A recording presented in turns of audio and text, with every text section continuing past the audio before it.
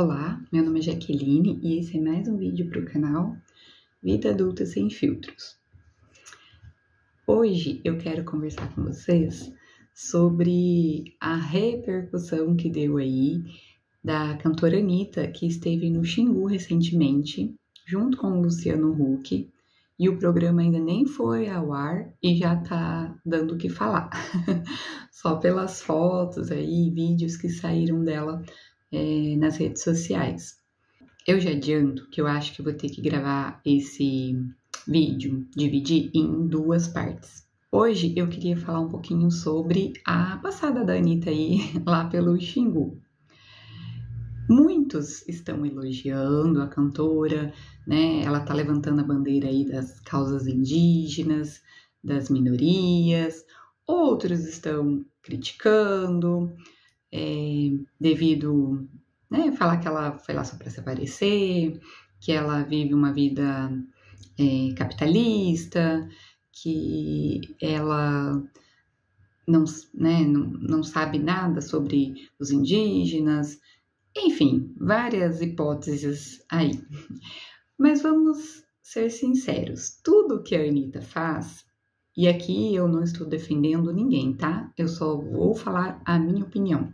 Tudo que a Anitta faz, seja bem ou ruim, seja a dança, o clipe, mostrar o corpo, ou adotar alguma causa aí, né, para defender, ela sai nas mídias aí, né, e é totalmente comentado o que ela faz.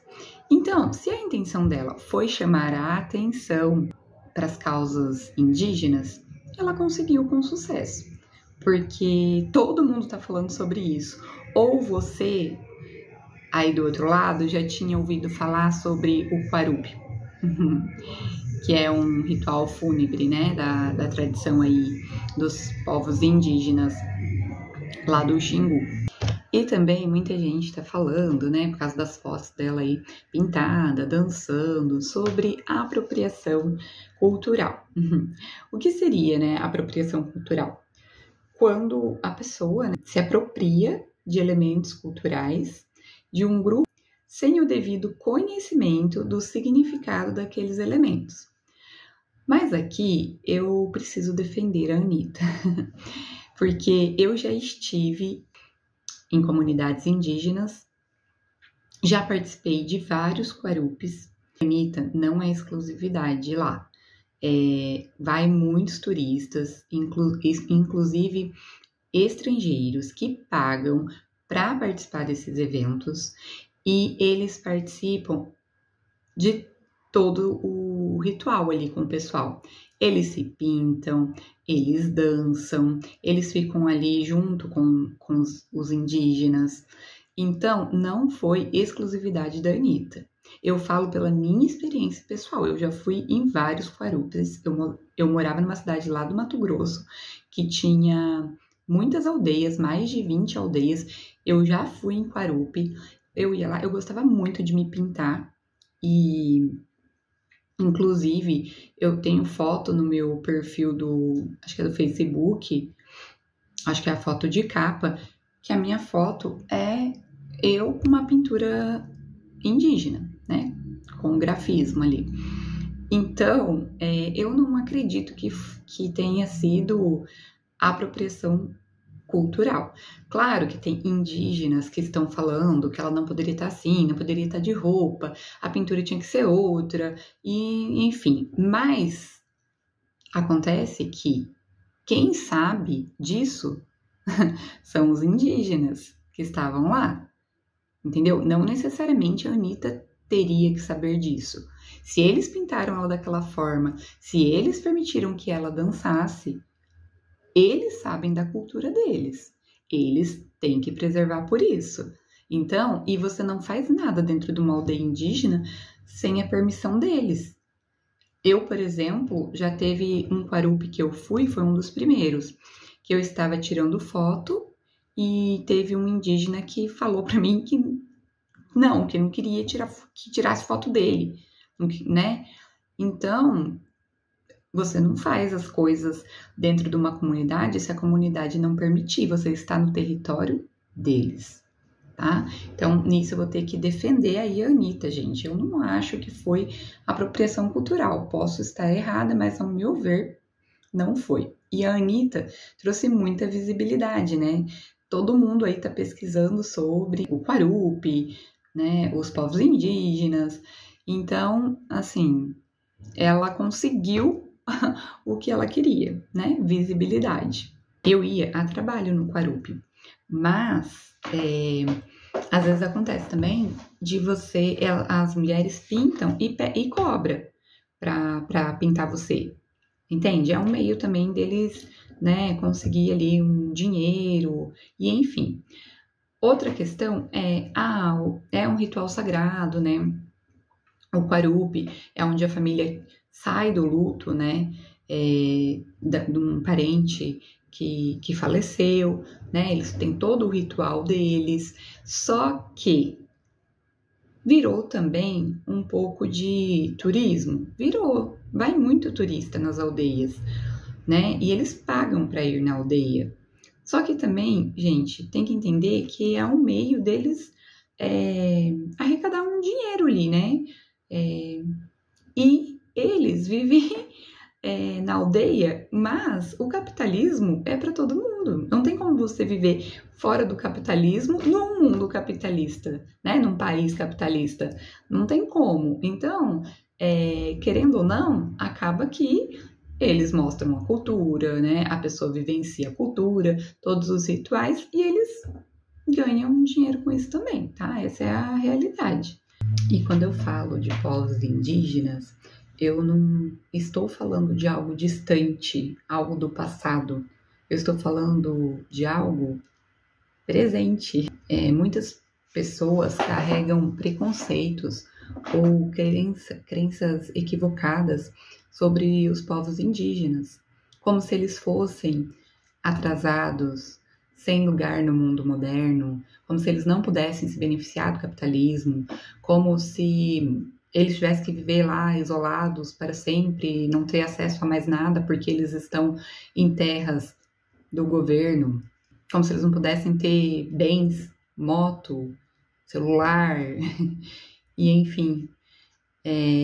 Eu vou falar depois, no próximo vídeo um pouco da minha experiência com a comunidade indígena, mas só para vocês entenderem, quem vivencia de perto entende que se trata de sociedades complexas, que têm os seus próprios meios de organização, suas crenças, espiritualidade, relação com a natureza. Eles têm o seu meio de viver no mundo, de existir no mundo. E muitas vezes isso não é aceito pelas pessoas. As pessoas querem moldar o modo deles viver de acordo com as nossas crenças, né, de não indígenas. E eles estão resistindo aí há anos, né, há mais de 500 anos resistindo. E realmente é uma resistência de manter a cultura. Não é fácil. Eu já fui em comunidade indígena que está muito, a cultura já dissolveu, está muito enraizada a cultura do não indígena. Comunidade que, por exemplo, eu não conheço uma dança. O que eu vi deles foi o grafismo, a pintura, mas eu nunca vi nenhuma dança, nenhum canto deles, porque parece que já se dissolveu, não é uma coisa que eles conseguem manter muito. E eu já fui em comunidades indígenas que preserva pela cultura tradicional. Estar em contato, né, com a cultura indígena pode causar estranhamento a quem nunca saiu da bolha urbana. Muitas vezes na escola, eu me lembro na escola, né, que a gente tem o Dia do Índio, né, mas eu acho que é representado ali superficialmente, quando na verdade existe uma variedade de culturas indígenas, etnias, línguas. Nem todo indígena, eles não falam a mesma língua, tem várias línguas diferentes entre eles, então muitas vezes eles falam em português para se entenderem, porque um fala uma língua, por exemplo, acho que é Caribe, uma delas que eu conheço, e o outro fala outra língua lá da etnia dele. Então, são várias línguas, são formas de vida diferentes, incluindo algumas populações urbanas já, né, já estão mais urbanizadas, ou moram muito próximo da cidade, ou já moram na cidade. E eles buscam a valorização da sua identidade. É normal esse estranhamento das pessoas com uma cultura diferente, mas ele mostra que existe mais de uma forma legítima de estar no mundo. E a gente precisa desmistificar isso. E aqui eu não quero romantizar os povos indígenas e tratá-los como seres puros, perfeitos, mas apenas reconhecer que eles têm direito de existir e de preservar sua cultura e também, ao mesmo tempo, transitar entre o mundo tradicional e contemporâneo, se assim eles desejarem.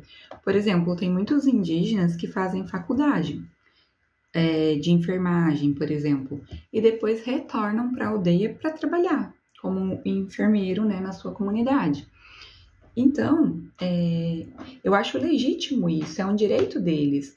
Não é porque eles estão cultivando a cultura deles, mantendo a cultura tradicional, né, de morar na aldeia. Geralmente eles procuram afastado, né, perto de rios, mantém a cultura deles de pescar, de plantar mandioca, né, fazer o beiju, que eles não podem vir para a cidade e consumir, né, ir a um restaurante, ir a supermercado, comprar algum bem. Uma coisa não tem nada a ver com a outra. Agora, só porque eles também vêm, né, e usufruem das coisas na cidade, eles não são mais indígenas? São ex-indígenas? Existe ex-indígena? Não, né, gente? Eles continuam fazendo parte aí, né, dos povos tradicionais.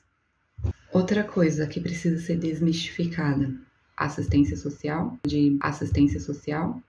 eles trabalham sim, eles têm os meios deles, né? Tem a roça, os homens, né, normalmente saem para caçar, para pescar. É diferente do nosso jeito de trabalhar, porque a gente parece que tem que trabalhar, né, a vida inteira, cumprindo hora ali, 8, 10 horas, sei lá, de trabalho, com horário de almoço. É diferente, não é assim o trabalho deles. A não ser aqueles, né, que são professores, enfermeiros, e enfim. Mas é um trabalho para manter a família, para manter a agricultura familiar ali, digamos assim, né, para sustento da família deles e da comunidade. Então, as mulheres, por exemplo, ficam encarregadas, né, do cuidado dos filhos, e eu acho bem interessante isso, porque uma vez em conversa com um indígena, que era diretor de uma escola indígena, ele falou que as crianças iam para a escola a partir dos 6 anos, porque eles acreditam que na primeira infância, né, ou seja, até os 6 anos ali, a criança, tudo que ela tem que aprender, ela tem que aprender com a família. Isso eu tô falando dessa comunidade, tá? Dessa etnia.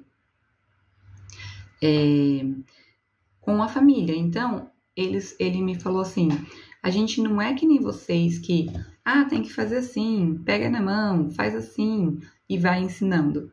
A gente acredita que as crianças, elas aprendem por observação. Então, por exemplo, o pai leva para pescar, aí observando a criança aprende como faz para pescar, fica muito com a mãe, né, também, porque eles acreditam nesse vínculo, né, nesse vínculo entre mãe e filho.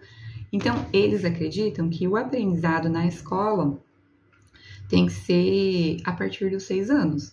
Antes disso, tudo que ele vai aprender é com a família, as regras da comunidade, cultura, e enfim, tá? Eu tô te passando o que foi me passado de uma etnia específica. Outra coisa que precisa ser desmistificada. Muita gente acredita que o indígena nasce e já recebe um valor do governo, né? Da FUNAI, do governo, sei lá. Que todo indígena que nasce no Brasil recebe um valor do governo. Isso não é verdade. Eu já estive em várias comunidades e ninguém nunca nem sabe sobre isso. Isso não é real. Se for real, é muito bem camuflado. Mas se eles recebessem um valor igual todo mundo fala, eles não viviam nas condições que eles vivem. Pode ter certeza, porque tem muitos indígenas, né, que não trabalham, digamos assim, formalmente, não tem uma renda. Então, o trabalho dele realmente é ali a roça, né, que mantém a família dele com beiju, com peixe, e enfim. Então, isso é mentira, eles não recebem um valor assim que nascem. Outra coisa, sobre Bolsa Família. Muita gente fala que os indígenas vivem de Bolsa Família, que né, todos os indígenas ganham Bolsa Família, que para eles é diferente. Não é verdade também. Os indígenas, eles são um grupo prioritário, segundo o governo, para receber Bolsa Família. E isso é verdade. Porém, ser grupo prioritário não muda a regra para eles, tá? A regra para eles é a mesma. A renda per capita para se encaixar no programa é a mesma. A diferença é que, muitas vezes, a maioria dos indígenas se encaixam porque realmente eles não têm uma renda. Então, eles se encaixam no programa. Mas a regra para indígena, para não indígena, é a mesma. Eles não são mais beneficiados por isso. Ah, mas eles ganham mais. Às vezes ganham mais porque tem mais filhos, né? Muitos filhos. Tem indígenas aí que tem 2 esposas com 5 filhos cada uma, né? Então, essa é a realidade deles. Ah, mas eles só fazem filho para viver do governo, para ganhar renda. Não, gente, não é. É algo, digamos assim, da cultura deles, né? Normalmente, as indígenas têm mais filhos. Porém, na atualidade, isso está mudando. Tem muitas indígenas que eu conheço que tiveram um filho e falaram para mim que não vão ter mais filho, que elas se previnem, que elas se cuidam e que não querem ter mais filhos. Então, na atualidade, isso daí também já está mudando um pouco com as indígenas mais jovens, né? Da próxima vez que você ouvir falar sobre povos indígenas, no próximo vídeo, eu vou falar sobre a minha experiência lá no Xingu, no Guarupi. Da próxima vez que você ouvir falar sobre povos indígenas, lembre-se que eles não são o passado, eles são o presente e precisam ser respeitados. Assim como toda cultura que seja diferente da sua, da minha, precisa ser respeitada. E outra coisa que eu queria falar é que as pessoas hoje estão muito 8 ou 80, né? Você, falando aí um pouco do que o pessoal está falando bastante também, da guerra, né, entre agro, se defende o agro, não pode defender as causas indígenas, se defende as causas indígenas, não pode defender o agro. Gente, vamos ter bom senso? Eu acho que precisa ter um equilíbrio.